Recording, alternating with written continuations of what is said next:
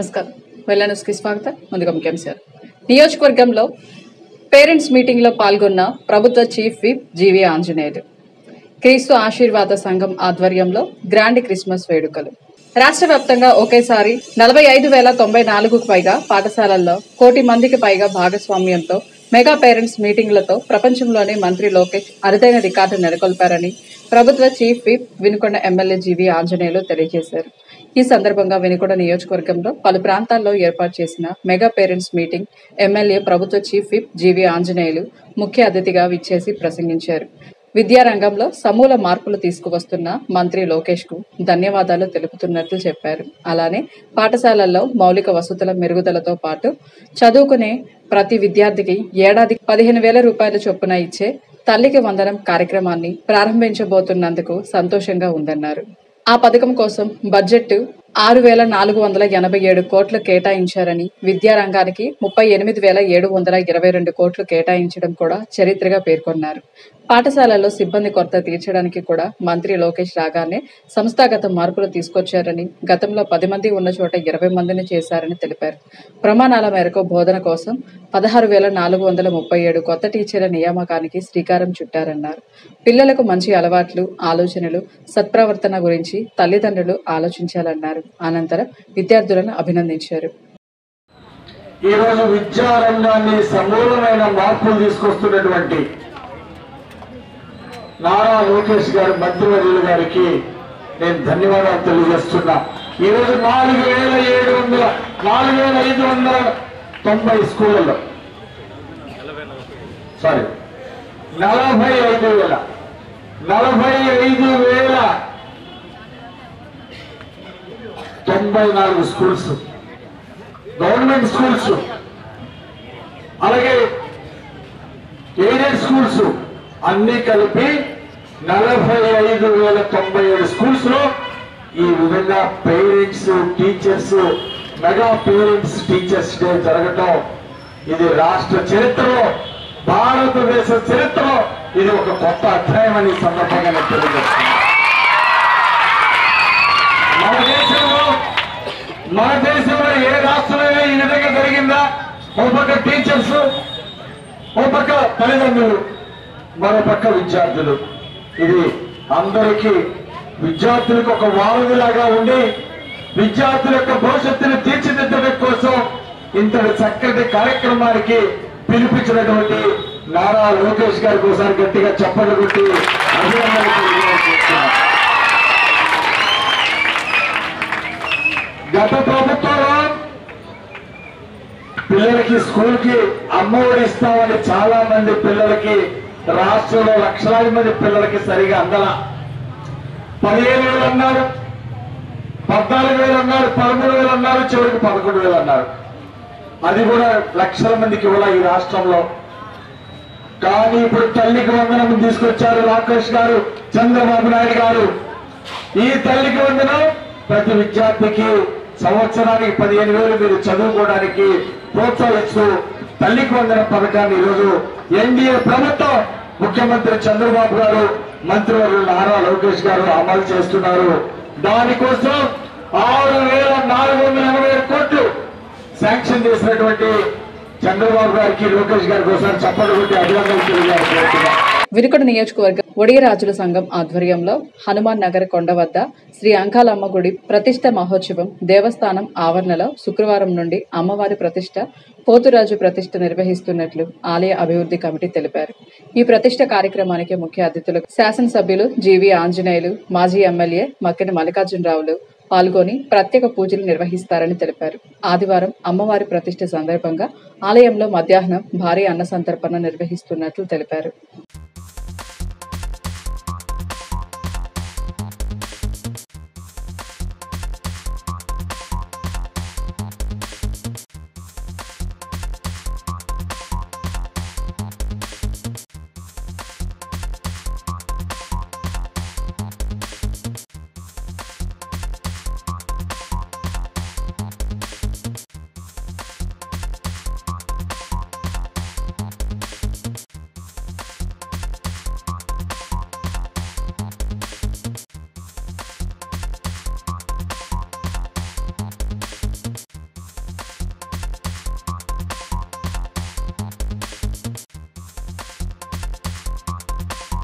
అనధికారికంగా గ్రామాల్లో ఆర్ఎంపీలు మెడిసిన్స్ నిల్వ ఉంచి విక్రయిస్తే వారిపై చట్టపరంగా చర్యలు తీసుకోవడం జరుగుతుందని డ్రగ్ ఇన్స్పెక్టర్ సునీత తెలిపారు. ఈ సందర్భంగా మండల కేంద్రమైన ఈపూరులో పలు ఆర్ఎంపీ క్లినిక్లను ఆమె ఆకస్మికంగా తనిఖీ చేసి అనధికారికంగా నిల్వ ఉన్న డ్రగ్స్ ను చెక్ చేయడం జరిగిందన్నారు. ఎవరైతే అనధికారికంగా నాసిరకం మందులు, కాలం చెల్లిన మందులు విక్రయిస్తే వారిపై చట్టపరంగా చర్యలు తీసుకోవడం జరుగుతుందన్నారు. ఇక్కడ లైసెన్స్ లేకుండా మందులు నిల్వ ఉంచినందుకు ట్రీట్మెంట్ చేస్తున్నందుకు గారు ఇక్కడ మందులన్నీ సీజ్ చేశాం. డ్రగ్స్ అండ్ కాస్మెటిక్స్ యాక్ట్ ప్రకారం మందులు నిల్వ ఉంచేందుకు అమ్ముతున్న వీటికి లైసెన్సులు ఉండాలి. ఆ లైసెన్సులు లేనందున ఈ మందులన్నీ మేము మీడియా మధ్యవర్తులు అయిన మన ఈఆర్ఏ గారు బీఆర్ఏ గారు, మన రవిబాబు గారు, మన ఫార్మసిస్ట్ గారు రామారావు గారు వీరి సమక్షంలో మేము వచ్చి అలాగా ఆయన గొర్రె సతీష్ కుమార్ గారు ఈయన మేము వచ్చి అడగగా గత 4 సంవత్సరాలుగా ఇక్కడ ట్రీట్మెంట్ చేస్తున్నట్టుగా మందులు అమ్ముతున్నట్టుగా చెప్పారు. కానీ దగ్గర అనుమతులు ఏమన్నా ఉన్నాయా వైద్యం చేయడానికి కానీ, లేదు ఈ మందులు అమ్మడానికి కానీ ఏమైనా అనుమతులు ఉన్నాయనగా వాళ్ళ దగ్గర ఏమీ చూపించలేదు. ఈ మందులు అన్నిటికీ పర్చేజ్ బిల్స్ అడిగాము, పర్చేజ్ బిల్స్ కూడా లేవని తెలిపారు. కొనుగోలు కాక బిల్లులు ఏమీ లేవని తెలిపారు. కాబట్టి ఇట్లాగా లైసెన్స్ లేకుండా మందులు కొనడం, నిల్వ ఉంచడం మరియు అమ్మడం, వైద్యం చేయడం ఇవన్నీ కూడా డ్రగ్స్ అండ్ కాస్మెటిక్స్ యాక్ట్ చట్ట ప్రకారం నేరం. లైసెన్స్ లేనందుకు కాబట్టి డ్రగ్స్ అండ్ కాస్మెటిక్స్ యాక్ట్ ప్రకారం నేరం. కాబట్టి ఈ మందులన్నింటినీ మనం సీజ్ చేసి కోర్టు గారికి సమర్పించడం జరుగుతుంది. రాష్ట్రంలో ముఖ్యమంత్రి చంద్రబాబు కూటమి ప్రభుత్వంతోనే క్రైస్తవులు మిషనరీ ఆస్తులకు అండ, రక్షణ అని ప్రభుత్వ chief whip Vinukonda MLA GV Anjaneyulu అన్నారు. ఎలాంటి కష్టాలు, ఇబ్బందులు, సమస్యలు వచ్చినా ప్రభుత్వం తరపున సహకారం, చేయూతకు ఎప్పుడూ సంసిద్ధంగా ఉంటామని ఆయన స్పష్టం చేశారు. పట్నంలోని కళ్యాణపురి కాలనీలో క్రీస్తు ఆశీర్వాద సంఘం ఆధ్వర్యంలో గ్రాండ్ క్రిస్మస్ వేడుకలు పాస్టర్ ఫిలిప్ ఆధ్వర్యంలో నిర్వహించారు. కార్యక్రమానికి ప్రసంగికులుగా, ముఖ్య అతిథులుగా ఎమ్మెల్యే, ప్రభుత్వ చీఫ్ విప్ జీవీ ఆంజనేయులు, మాజీ ఎమ్మెల్యే మక్కిని మల్లికార్జునరావు పాల్గొని ప్రసంగించారు. తన తండ్రి యేసును ప్రార్థించేవారని, తాను కూడా వినుకొండ లయాలో పాఠశాల క్రిస్టియన్ మిషనరీ స్కూల్లో చదువుకున్నానన్నారు. ప్రభువు కృపతో పారిశ్రామికవేత్తగా, ప్రజల మద్దతుతో ఎమ్మెల్యేగా, సీఎం చంద్రబాబు ఆశీస్సులతో చీఫ్ విప్ కావడం జరిగిందన్నారు. తనకు ఏ అధికారం, బాధ్యతలు ఇచ్చినా ప్రజల సంక్షేమం, మన ప్రాంత అభివృద్ధికి ఉపయోగిస్తానని అన్నారు. ప్రతి ఇంటికి మంచినీళ్లు, పేదలకు ఇల్లు ఇవ్వాలని, అర్హత ఉన్న ప్రతి ఒక్కరికి పింఛన్ సంకల్పంతో ముందుకెళ్తున్నట్లు చెప్పారు. అనంతరం బ్లెస్సీ వెస్లీ వారిచే ప్రత్యేక ప్రార్థనలు, ఆశీర్వాదాలు తీసుకున్నారు. దేవుని యొక్క ఆశీస్సులతో, ప్రభు యొక్క ఆశీస్సులతో మా నాన్నగారు రోజు యేసు ప్రభువును ప్రార్థించేవాళ్ళు. నన్ను వినుకొండ లైలో స్కూల్లో చదివించారు. సో నేను కూడా క్రిస్టియన్ మిషనరీ స్కూల్లో చదువుకోవడం జరిగింది. సో ఆ రోజు నుండి మా నాన్నగారు నిత్యం మా అబ్బాయికి మంచి భవిష్యత్తు ఉండాలా, 10 మందికి సహాయం చేసే స్థాయిలో ఉండాలి అని నిత్యం ప్రభువును ప్రార్థించేవాడు. అందుకేనేమో ప్రభు యొక్క ఆశీస్సుల వల్లనే నేను ఒక పారిశ్రామికవేత్తనయ్యాను. అలాగే మీ అందరి ఆశీస్సులతో, ప్రోద్బలంతో ఇక్కడ శాసనసభ్యునిగా అయ్యాను. ఈరోజు చంద్రబాబు గారి యొక్క ఆశీస్సులతో చీఫ్ పోవడం జరిగింది. నాకు ఏ అధికారం ఇచ్చినా, దేవుడు ఏ అధికారం ఇచ్చినా, చంద్రబాబు నాయుడు ఏ అధికారం ఇచ్చినా అది ప్రజల యొక్క సంక్షేమానికి, అభివృద్ధికి, మన ప్రాంతం యొక్క అభివృద్ధి కోసం నా అధికారాన్ని, నా శక్తియుక్తులన్నిటి కూడా ఉపయోగిస్తానని ఈ సందర్భంగా నేను తెలియజేస్తున్నా. వెనుకబడిన మన ప్రాంతంలో ప్రతి ఇంటికి మంచినీళ్ళు ఇవ్వాలని, ఇల్లు లేని పేదలకి ఇల్లు ఇవ్వాలి ప్రభుత్వం ద్వారా అని, అర్హత ఉండి పెన్షన్ రానటువంటి వాళ్ళకి పెన్షన్లు ఇవ్వాలని ఒక సంకల్పంతో ముందుకెళ్తున్నాను. అది తప్పనిసరిగా ప్రభు ఆ శక్తి, ఆ ఆశీర్వాదం ఇస్తారని నేను ఆశిస్తున్నాను. అట్లాగే మీ అందరూ ఎప్పుడు సంతోషంగా ఉంటూ సంతోషాన్ని పక్కన వాళ్ళందరికీ పంచిపెట్టడమే మన యేసు ప్రభు చెప్పింది. అలాగే తప్పు చేసిన వాడిని క్షమించి మీ మనసును ఎప్పుడు ఆనందంగా ఉంచమని యేసు ప్రభు చెప్పిన విషయాన్ని మీకు గుర్తు చేస్తున్నా.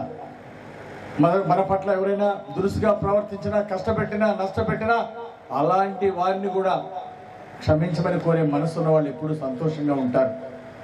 తప్పు చేసిన వాళ్ళని క్షమిస్తూ మీరు విశాల హృదయంతో మీరు ఎప్పుడు సంతోషంగా ఉండాలని కోరుకుంటున్నా. అలాగే తప్పు చేసిన వాడు పశ్చాత్తాపం చెందడం కూడా, మనం చేసిన తప్పులు తెలుసుకోవడం, అది కూడా ఒక ముఖ్యమైన అంశం. అలాగే సత్యమేవ జయతే అన్నారు. ఈరోజు అలాగే శాంతి, సమాధానం, ఇవి కూడా చాలా ముఖ్యం. మీరు ఎప్పుడు కూడా శాంతిగా ఉంటూ సంతోషంగా ఉంటూ ఆ సంతోషాన్ని అందరికీ పంచాలి, ఆ శాంతిని అందరికీ పంచాలి. అలాగే పొరుగువారిని ప్రేమించమన్నాడు యేసు ప్రభు. ఎప్పుడు కూడా పొరుగువారికి, పక్కన వాళ్ళకి, బంధువులకి, స్నేహితులకి, అలాగే మీకు తెలిసిన వారందరికీ ప్రేమని, సంతోషాన్ని పెంచిపెడుతూ మీరు ఎప్పుడు ప్రభు ఆశీస్సులు పొందాలని, ఇంకా ఉన్నత శిఖరాలకు ఎదగాలని, ఆనందంగా ఉండాలని, ఆరోగ్యంగా ఉండాలని కోరుకుంటూ చంద్రబాబు గారి ప్రభుత్వం, ఎన్డీఏ ప్రభుత్వం క్రిస్టియన్ మిషనరీ ఆస్తులు కాపాడుతుంది. అలాగే చంద్రబాబు గారి ప్రభుత్వం క్రిస్టియన్ సోదరులందరికీ అండగా ఉంటుంది.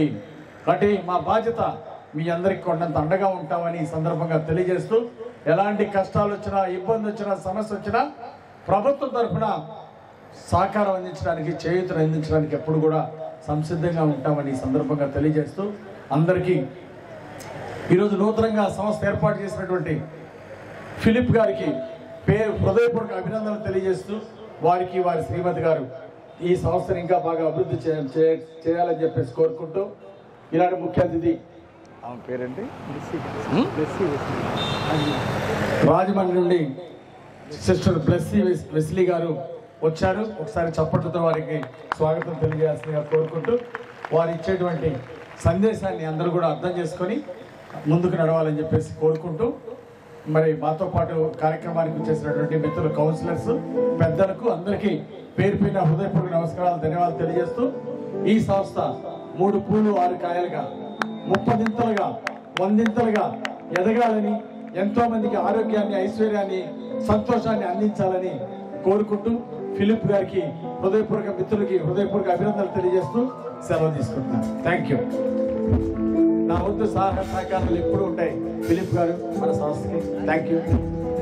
పట్నంలోని మౌలానా అబ్దుల్ కలాం ఆజాద్ నగర్లో గత 18 సంవత్సరాలుగా స్థిర నివాసములు ఏర్పరచుకొని నివసిస్తున్న పేద ప్రజలకు మౌలిక వసతులు, మంచినీటి వసతి, కరెంటు సౌకర్యం, రోడ్లు, సైడ్ కాలువలు తదితర వసతులు కల్పించి వారి సమస్యలు పరిష్కరించాలని సిపిఐ పల్నాడు జిల్లా కార్యదర్శి మారుతి వరప్రసాద్, మాజీ వైస్ చైర్మన్ సండ్రపాటి సైదాలు కోరారు. మున్సిపల్ చైర్మన్ షేక్ దస్తగిరిని వారి స్వగృహంలో కలిసి మాట్లాడారు. గత వైసీపీ ప్రభుత్వం 5 సంవత్సరాలుగా అచట నివసిస్తున్న పేద ప్రజలకు మంచినీళ్లు అందకుండా ఆపివేసి అనేక దఫాలుగా కరెంటును కాలనీకి రాకుండా నిలుపుదల చేయించి మోకాళ్ల లోతు గుంతల రోడ్లతో ఉన్న పట్టించుకోక వృద్ధులు, మహిళలు, చదువుకునే పిల్లలకు అచటి ప్రజలు పలు రకాలుగా నరకయాతన పెట్టారని, ప్రస్తుతం అధికారంలో ఉన్న కూటమి ప్రభుత్వం ఆజాద్ నగర్ కాలనీ ప్రజలకు అన్ని మౌలిక వసతులు కల్పించి వారి ప్రశాంత జీవనానికి తోడ్పడవలసిందిగా కోరారు.